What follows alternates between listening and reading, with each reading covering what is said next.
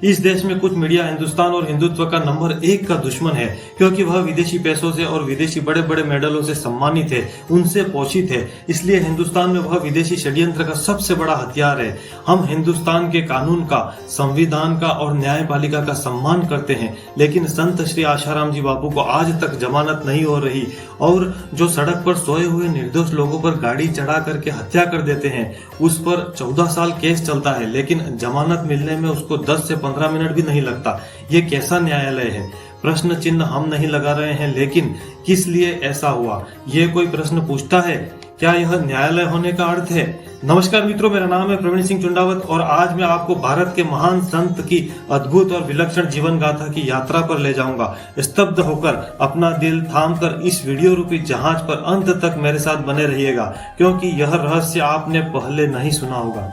कौटिल्य ने अपने कौटिल्य अर्थशास्त्र में कहा है कि उनके समय में जजों के पीछे भी गुप्तचर चलते थे और जज अगर गलत जजमेंट देता है उसके लिए मृत्यु दंड था और सर्वस्व अपहरण का नियम था। आज न्यायालय इतना स्वतंत्र हो गया है, मीडिया इतना स्वतंत्र हो गया है कि आश्चर्य होता है। इस देश के न्यायालय पर, नेताओं पर भी मीडिया प्रश्न चिन्ह उठा सकता है, लेकिन नहीं उठा रहा है। कुछ देशद्रोही मीडिया आज इतना निर्वस्त्र होकर नाच रहा है हिंदुस्तान में कि जिसकी कोई सीमा नहीं है।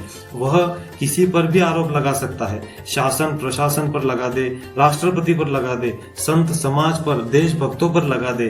कुछ बता नहीं सकते। देश की जो हमारी सर्वोच्च सत्ता है, धर्म सत्ता, उस पर प्रश्न चिन्ह लगा दे।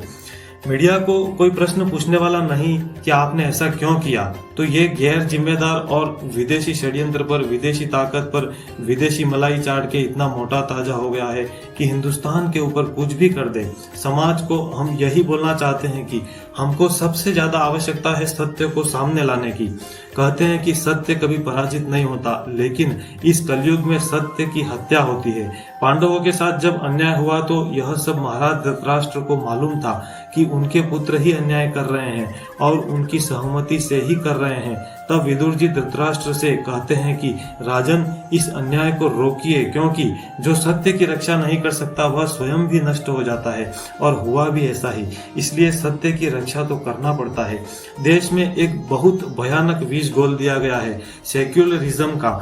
ईसाई अपने को कभी नहीं बोलता है कि मैं सेक्युलरिज्म हूँ, वह कहता है कि मैं ईसाई हूँ। किसी भी मुसलमान को पूछें सेक्युलर हो, वह कहता है मैं पहले मुसलमान हूँ। लेकिन हिंदू को जबरदस्ती के लिए सेक्युलरिज्म का घूंट पता नहीं किसने पिला दिया। सेक्युलर यानी विधर्मी, और जो सेक्युलर है वो हिंदू द्रोही है, देशद्रोही है, और इस देश की संस्कृति का मतलब हिंदुस्तान का जो कुछ भी है उसका दुश्मन है। वो केवल यहाँ शोषण करना चाहता है, ऐश्वर्य